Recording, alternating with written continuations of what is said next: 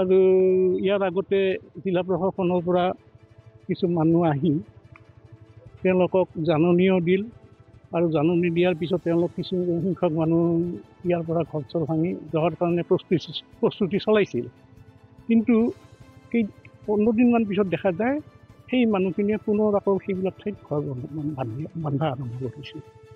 জিলা প্ৰশাসন আমাৰ পৰাতো আমি কমপ্লেইন কৰিছোঁৱে, অবজেকশ্যন দিছোঁৱে, কিন্তু জিলা প্ৰশাসনে কিয় জানো কৰা নাই কামটো, সেইটো আমাৰ এই ক্ষেত্ৰত জিলা প্ৰশাসনে ভালকৈ ক'ব পাৰিব কিয় তেওঁলোকে কৰা নাই বা কি অসুবিধা তেওঁলোকৰ দুৰ্বলতাই আছে কিবা, নহ'লে কামখিনি আজি পৰ্যন্ত হৈ নুঠে।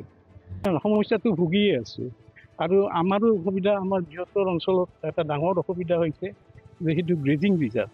এই গ্ৰেজিং ৰিজাৰ্ভত সাধাৰণতে গৰু ছাগলী ম'হ ইত্যাদিয়ে ঘাঁহ খোৱাৰ কাৰণে ঠাইখিনি ব্যৱহৃত হৈছিল আগেয়ে, কিন্তু বহুদিনৰ পৰা এই হেৰি হোৱাতে এনক্ৰচমেণ্ট হোৱাৰ পিছৰ পৰা সেইখিনি আমি সুবিধাৰ পৰা বঞ্চিত হৈছোঁ বৃহত্তৰ অঞ্চলৰ ৰাইজ।